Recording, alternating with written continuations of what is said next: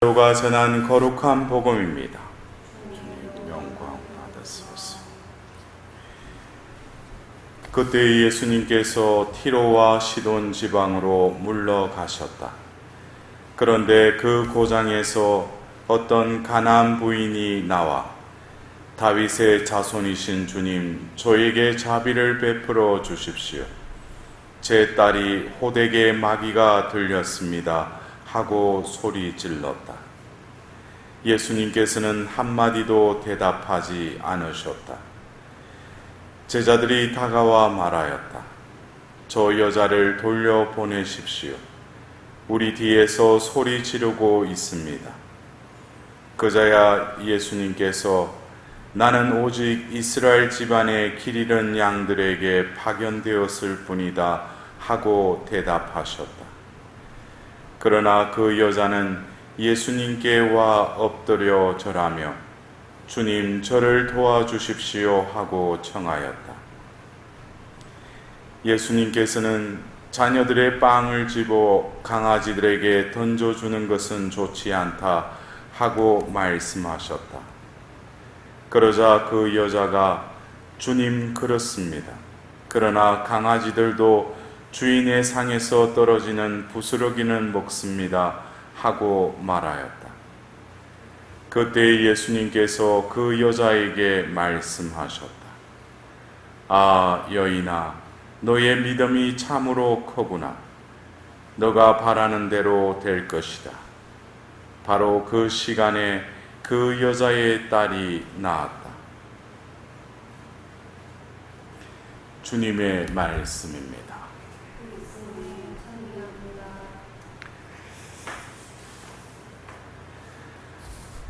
예수님께서 공생애 중에 하신 여러 가지 행적을 보면 하늘나라가 다가왔다고, 또 하늘나라의 그 비유의 말씀과 여러 말씀을 하시는 또 사도직을 하시고, 더불어서 그 예수님께 다가온 이들 중에는 많은 이들이 병자들이 많았다는 거예요.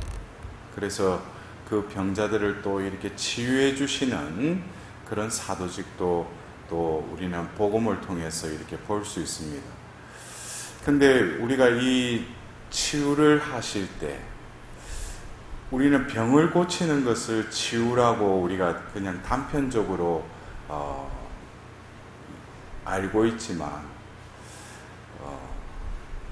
예수님께서 어떤 병자를 보실 때 어떤 경우에는 성경에 그냥 그 병을 그냥 고쳐주셔요. 그러나 어떤 경우에는 방법상이 그렇고 또 그 병자에게 하시는 말씀이나 행위들이 조금씩 이렇게 그냥 이렇게 치유해 주시는 것과는 다르게 어떤 말씀을 하시든지 어떤 행위를 하신다든지 그런 또 경우가 있습니다. 그래서 우리가 보통 이렇게 그 치유를 받으려고 할 때 우리는 지금 내가 겪고 있는, 오늘 우리는 복음을 통해서 이 가나안 부인의 또 딸이 마귀에 들렸다. 그러니까 예수님께 와서 이 마귀를 쫓아내달라고. 근데 결국 예수님께서 어떻게 보면 눈에 드러나는 병을 또 고쳐주시지만 성경에는 또 병이 나았다라는 표현 대신에 구원을 받았다라는 또 표현이 나오기도 합니다. 이를테면 어느 마을에 갔는데 예수님의 그 옷자락술에 그 손을 댄 이마다 구원을 받았다. 그리고 하혈한 여인도 한 복음서에는 그 하혈이 멎었다 그러는데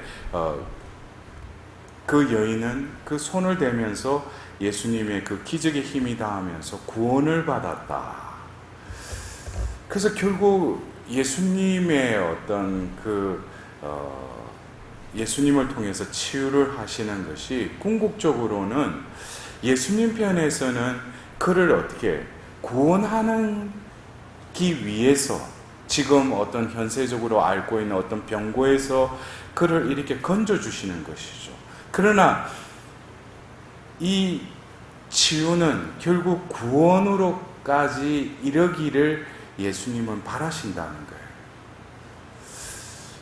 우리가 오늘 그 가나안 부인이 와서 그 마귀가 들렸다고 마귀를 쫓아내 달라고 예수님께 이렇게 구하는데, 예수님께서는 오늘 이 대목을 통해서 조금 의아해해요. 왜냐? 예수님께 온 이들은 모든 이들이 그냥 병을 고침을 받았는데, 이 여인이 와서 처음에 이 여인이 소리 질렀다고 그랬어요. 제 딸이 호되기에 마귀가 들렸습니다. 근데 그 전에 뭐라고 해요? 다윗의 자손이신 주님, 저에게 자비를 베풀어 주십시오. 이것은 다윗의 자손이신 주님, 이것은 메시아이심을 또 고백하는, 그 여인은 가나안 부인이라고 오늘 성경은 전하고 있어요. 여러분들이 가나안 하면은 우리가 성경에서 보면은 그 창세기 10장에 그 노아가 세 아들을 낳는데 셋과 셈과 그 함에 아니지 그 셈과 함과 야펫을 이렇게 낳는데 그 세 아들 중에 함 자손들이 지금 가나안 땅에 와서 살았다는 거예요. 그래서 모세를 통해서 또 이제 여호수아를 통해서 이제 가나안 땅에 들어갈 때 7 부족 그 사람들이 바로 가나안 사람들이라는 거예요. 근데 성경에서는 이 가나안 사람들, 그래서 우리가 이삭, 아브라함의 아들인 이삭이 이제 에사우와 야곱을 낳잖아요. 근데 그들도 하나님의 자신들의 어떤 정체성을 이어가기 위해서 이방 민족과는 결혼을 하지 않는 것이 상례인데, 에사우가 또 가나안 여인을 또 받아들인 것에 대해서 이삭과 또 이렇게 불쾌하게 여겼다고 성경에 일이 나와 있어요. 그리고 우리가 욥의 시기가 끝나고 에스라 때 이제 개혁이 일어나면서 결국 이방 여인들하고 결혼한 사람들은 이혼하라고까지 할 정도로 이 가나안 사람들과 이 이스라엘 사람들하고는 뭐예요? 등을 돌리고 있었다는 거예요. 근데 이 여인이 와서 예수님께 자비를 베풀어 주십시오 하고 이렇게 기도를 해요. 그러면서 자기 딸이 지금 마귀에 들렸다고. 근데 이 성경에서는 그렇게 소리를 지르는데 예수님께서는 한마디도 대답하지 않으셨다 그랬어요. 소리를 질렀으면은 소리를 들으셨을 거 아니에요. 근데 예수님께서는 그것에 대해서 반응을 하지 않으시는 거예요. 그리고 제자들이 저 여자를 돌려보내십시오. 우리 뒤에서 소리 지르고 있습니다. 그들 제자들은 유대인이잖아요. 그러니까 이 이방 여인이 또 소리 지르는 걸 보고 성가신 거예요. 그래서 저 여자를 돌려보내십시오 하면서 하는데, 그제야 예수님께서 나는 오직 이스라엘 집안에 길 잃은 양들에게 파견되었을 뿐이다 라고 말씀하셔요. 이것은 이 가나안 여자도 어떤 소문을 들었겠죠. 예수라는 자가 어떤 말씀이나 이런 것들을 봤을 때 분명히 이스라엘에 오시게 된 특별한 분이다. 근데 그것을 다윗의 자손이신 주님으로 고백하지 않습니까? 그러면은 어떤 그 여인에게도 이방 여인이지만 그 안에는 뭔지 모르지만 영적으로 어떤 예수님을 알아볼 수 있는 믿음의 씨가 있었다는 거예요. 그냥 입으로 빈말로 할 수도 있지만은 이렇게 성경에 이 대목이 나온다는 것은 어떤 의미가 있다는 것이죠. 그래서 예수님께서 말씀하시기를 이스라엘 집안에 기르는 양들에게 파견되었을 뿐이다. 겉으로 볼 때는 뭐예요? 너하고는 상관없다는 거죠. 왜? 이방 여인이니까. 근데 여기서 굴하지 않고 이 여자는 이제는 예수님 앞에 와서 엎드렸다고 그랬어요. 그리고 절하면서 주님 저를 도와주십시오. 그러니까 이 여인이 만일에 이 예수님의 이 말씀을 듣고 어떻게 보면 자기 어떤 그 민족, 우리들도 어떤 때는 뭐 자기 그 지방 이야기하고 그러면 또 뭐 자기 지방에 대해서 이야기하고 뭐 그러잖아요. 근데 이 여인은 그것을 아랑곳하지 않았다는 거예요. 그러면서 다시금 예수님께 나와서 이제 무릎을 꿇고 엎드려서 절하고 있다는 거예요. 여기서 뭡니까? 자기가 이방 여인임에도 불구하고 그날 바로 예수님께로 나와서 그는 바로 그 하나님의 백성들이 고백하는 다윗의 자손이신 주님이라고 고백하면서 또 자비를 베풀어 달라고 그러죠. 그래서 이 여인에게 있어서는 그 딸이 구마가 되어서 온전하게 되기를 바라는 마음도 있었지만 예수님의 그 의외의 그 말씀과 행위를 보고 그 여인은 조금 엄쭈됐겠죠. 그러나 그것에 굴하지 않고 엎드려서 절하면서 도와달라고 그래요. 여기서 보면은 이 여인이 첫 번째 소리를 지를 때와 또 지금 엎드려서 절하면서 도와달라고 할 때는 자신을 낮추는 어떤 행위와 더불어서 자기의 마음을 비우기 시작했다는 거예요. 우리가 어떤 경우에는 하나님께 와서 내가 지금 원하는 이 취향을 들어달라고만 하나님께 부르짖는데, 제가 서두에 말씀드렸듯이 예수님께서는 내 영혼이 구원받기를 원하신다는 거예요. 그렇다면은 내가 지금 어떤 경우에 그 어떤 병을 앓고 있어요. 그래서 병을 고치려고 예수님께 와서 또 자비를 베풀어 달라고 기도하는데, 예수님 보실 때는 지금 앓고 있는 병보다도 더, 그러니까 우리가 이 병이라는 것은 여러 가지 정의를 내릴 수 있지만 어떻게 보면 이 존재의 불균형 상태라는 거예요. 그 불균형에 이르게 된 것은 여러 가지 요인이 있겠죠. 영적으로부터 어떤 그 병의 원인이 들어올 수도 있고, 그거는 완악하고 회개하지 않는 하느님을 또 등지는 어떤 그런 영혼들은 영적인 통로를 통해서 또 불균형이 일어난다는 거예요. 또 그리고 많은 경우 혼의 영역, 그것은 우리의 어떤 기억과 우리의 어떤 상처들, 이런 것들로 인해서 또 그 병의 원인들이 들어올 수 있어요. 이게 어떤 내적인 차원이라면 또 외부의 환경에 의해서 또 병이 들어올 수도 있죠. 근데 이 내면의 이 상태, 보통 우리가 심신의학에서 말하는 보통 내면의 이것이 외적으로 드러난다고, 많은 퍼센테이지가 겉으로 병이 생기는 것이 내면의 원인이 있다라고, 또 의학계, 그러니까 과학에서도 뭔가 원인을 모르니까 차라리 우리가 무슨 교통사고가 났다든지 어떤 요즘 하듯이 코로나로 인해 가지고 전염됐다, 이거는 외부에서 오는 거죠. 그러나 자기가 어떤 병의 증상을 앓고 있는데 그 증상을 고쳐도 계속 어떤 그런 것들이 내 안에서 계속 진행형이 있다면은 여러 가지 방면으로 그 병만을, 국지성의 어떤 표면적인 그 병을 고치기 이전에 자신의 내면 또 보아야 된다는 것이죠.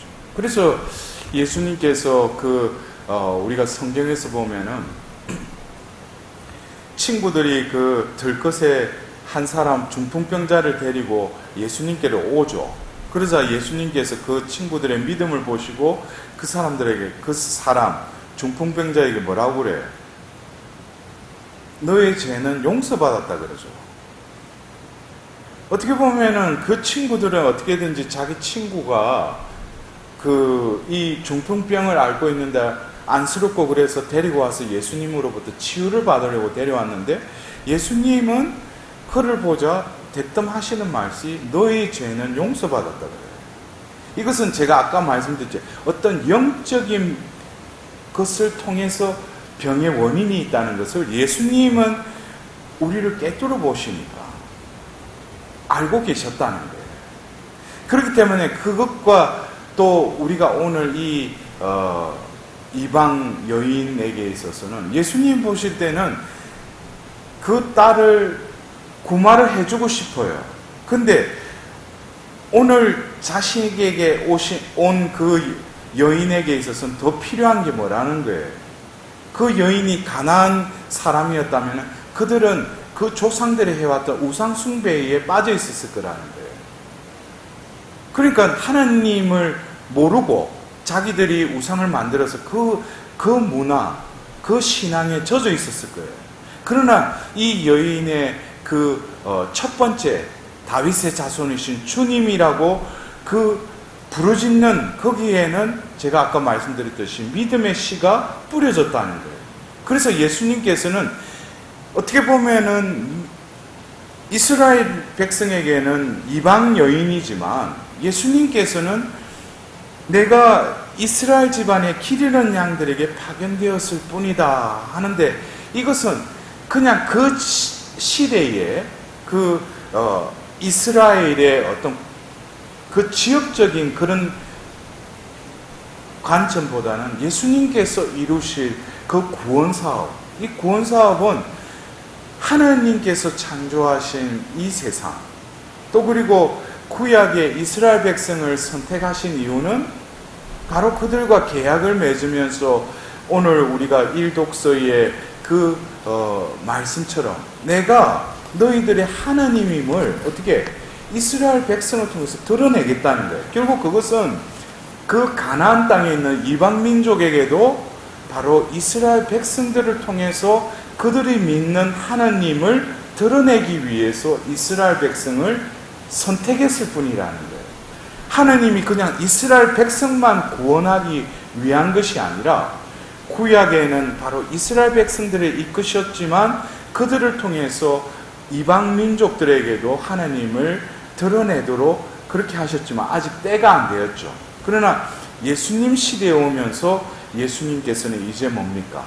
바로 하나님의 흩어진 그 양떼라는 것은 온 인류를 말한다는 거죠. 그것이 바로 예수님의 죽으심과 부활하시고 성천하셔서 오신 성령 강림 때에 우리는 그 사도행전 2장에 보면 여러 지방에서 온 그 디아스포라 지역에서 온 유대인들이 결국 성령을 받은 그들의 입에서 외국어를 하는데 자기 나라 말로 들었다고 그러죠. 이것은 하나의 하나님의 이 성령의 시대에 흩어진 당신의 양떼라는 것은 이스라엘 백성뿐만 아니라 하나님이 창조하신 이 온 인류를 바로 이 성령의 시대에 성령 강림 때 하나님께서 그 표징을 드러내셨다는 거예요. 거기에는 누구도 제외됨이 없이 또 그리고 어떤 하나님이 구약의 이스라엘 백성을 선택해서 그들에게 모든 특권을 보장하신 것은 아니죠. 왜? 하나님은 온 인류의 하나님이시니까. 그래서 오늘 우리가 이 텍스트가 그냥 제가 서두에 말씀드렸듯이 그냥 병을 고쳐주시는 그 장면과는 좀 다르게 예수님의 이 상반된 행위와 그분의 마음을 보면은 그 여인의 딸의 그 마귀를 쫓아내려고 하시는 마음도 있지만 우선적으로 그 여인에게 뿌려진 그 믿음의 씨가 다시금 어떻게 이제 하나님을 섬기게끔 이제는 잃어버린 그 이스라엘의 어린 양이 바로 그 여인임을 예수님은 암시하고 있는 것이죠. 그러면서 이 여인에게 바로 이제 도와주십시오 해서 그 병을 그 구마를 해주시는 게 아니라 또 이어서 뭐라 하냐면은 자녀들의 빵을 집어 강아지들에게 던져주는 것은 좋지 않다. 여러분들 여기서는 뭐 강아지라고 이렇게 우리가 번역했지만 우리가 속된 표현하면은 뭐라고 했겠어요? 그러면 여러분들 그 말을 들으면 기분이 좋겠어요? 근데 이것이 어떤 면에서 자기를 낮췄죠. 자기를 낮췄는데 이 여인은 뭐예요? 주님 그렇습니다. 그러나 강아지들도 주인의 상에서 떨어지는 부스러기는 먹습니다. 자신의 그 행동, 자신의 몸을 낮췄을 뿐만 아니라 이제 예수님께서 하신 말도 아랑곳하지 않는 것. 자기가 강아지여도 좋다는 거죠. 이것이 어떻게 보면은 자신을 낮추는 것이, 우리는 어떤 때 겸손하면서 자신에게 어떤 자존심을 탁 건드리면은 그 사람 와락 하고 보면은 화를 내고 이상한 행동을 해요.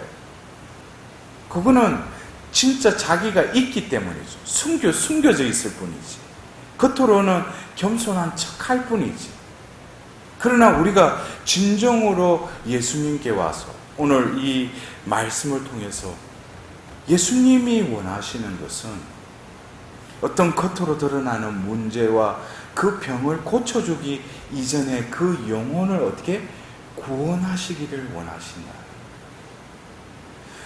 그래서 이 여인에게 있어서는 어떤 이 우상 숭배와 이 하나님께 예수님에 대한 그 고백이 이제는 양립될 수 없고 이제는 하나를 버려야 된다는 거예요. 포기해야 된다는 거예요.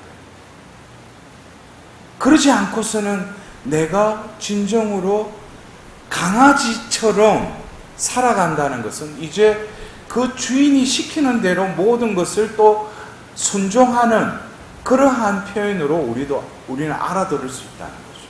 그럴 때 이제 비로소 예수님께서 상반된 행위와 처음에는 아무런 대답도 안 하시죠. 그리고 두 번째, 세 번째 말을 통해서 그 여인의 마음을 흔드시죠. 마지막 강아지라는 말을 통해서 그 여인의 마지막 그 자존심까지 무너뜨리십니다. 그럴 때 이 여인은 그 위치까지 내려가는 거죠.